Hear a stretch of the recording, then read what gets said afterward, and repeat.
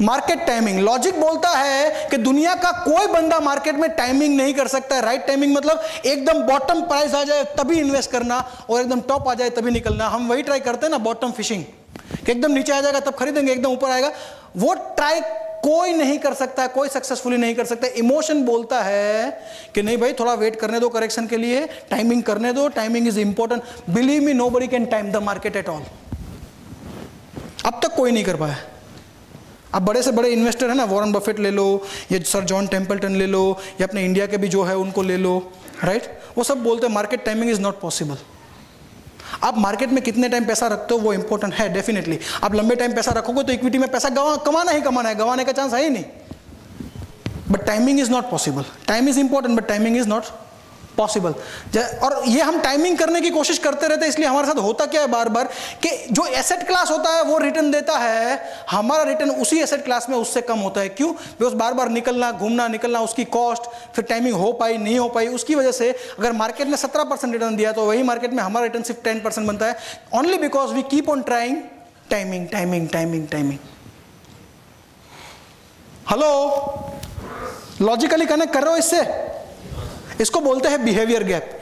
ये जो गैप, आपने कम कमाया, इक्विटी ने रिटर्न दिया 17%, आपको रिटर्न मिला 10%, वो 7% कम क्यों कमाया? It is because of your behaviour, not market behaviour.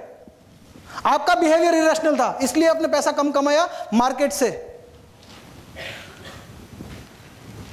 ये 2009 में स्लाइड बनाई थी, बाद में मैंने अपडेट नहीं की है, बट जो चीज कम्युनिकेट करना है वो हो जाएगा। 1997 से 2009, 10 साल का ये पीरियड ले लिया। अगर किसी बंदे ने 1 लाख रुपए इन्वेस्टमेंट कर दिए होते, तो 1 लाख इन्वेस्टमेंट किए होते तो आज का वैल्यू क्या था? कितना है? 3.5 लाख। 10 साल में 3.5 गुना। अभी वो टाइमिंग करने की कोशिश में, वो 10 साल में सिर्फ 10 सबसे बढ़िया दिन थे। उस टाइम में अगर 10 दिन आप मार्केट से बाहर हो, बाकी के 10 साल आप मार्केट में हो, सिर्फ 10 दिन मार्केट से बाहर हो, तो उसकी वजह से आपका रिटर्न 1 लाख का कितना होगा? और अगर जो बेस्ट 10 दिन है उसमें से 2 दिन आप हो मगर 8 दिन आपने गवा दिए, तो आपका क्या है रिटर्न? अगर आपने 2 दिन भी गवा दिए ना, मार्केट के 10 साल में 2 दिन ऐसे, जब मार्केट बहुत अच्छा बढ़ा था, वो 2 दिन ही निकाल दिए, बाकी का पूरा टाइम आप इन्वेस्टेड हो, तो आपके 3.5 लाख की जगह पे कितना बनेगा? सो टाइमिंग इज नॉट ए। लोग कहते हैं इक्विटी में इन्वेस्ट करना रिस्की है, मैं बोलता हूं इक्विटी से बाहर रहना उससे भी ज्यादा रिस्की है। I am mad about equity. My 92% of the portfolio is into equity since last 7 years. Emotional गलतियां इनिशियल लेवल पे मैंने भी की है। मैं आपको मेरा एक छोटा सा इंसिडेंट बता रहा हूं। अभी पीयूष भाई यहाँ पे बैठे, ये मेरे को मारने वाला है।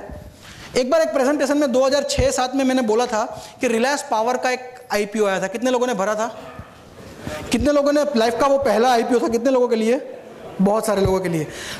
पीयूष भाई आपको याद होगा, एक इवेंट में मैंने बोला था, क्या बोला था? नहीं भरो, और उसके 10 लॉजिकल रीजन दिए थे।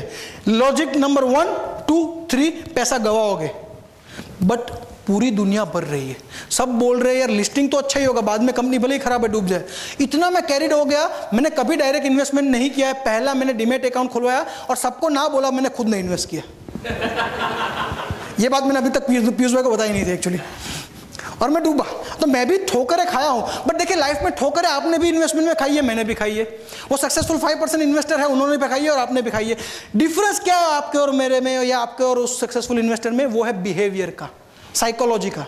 देखिए मिस्टेक होती है, उसके बाद आपके पास 2 ऑप्शन होती है। एक ऑप्शन आपके पास क्या है कि जो मिस्टेक हुई उसको पकड़ के बैठो, छोड़ो मत, रोते रहो रोते रहो रोते रहो, किसी को ब्लेम करते रहो, किसी के ऊपर कंप्लेन करते रहो।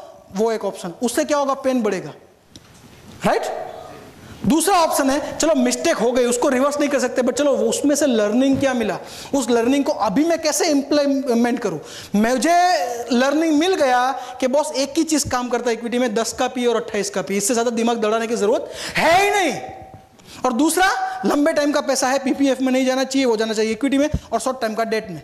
ये 2 चीजों को ही सिर्फ फॉलो करो तो और इक्विटी में कुछ करने की जरूरत नहीं है।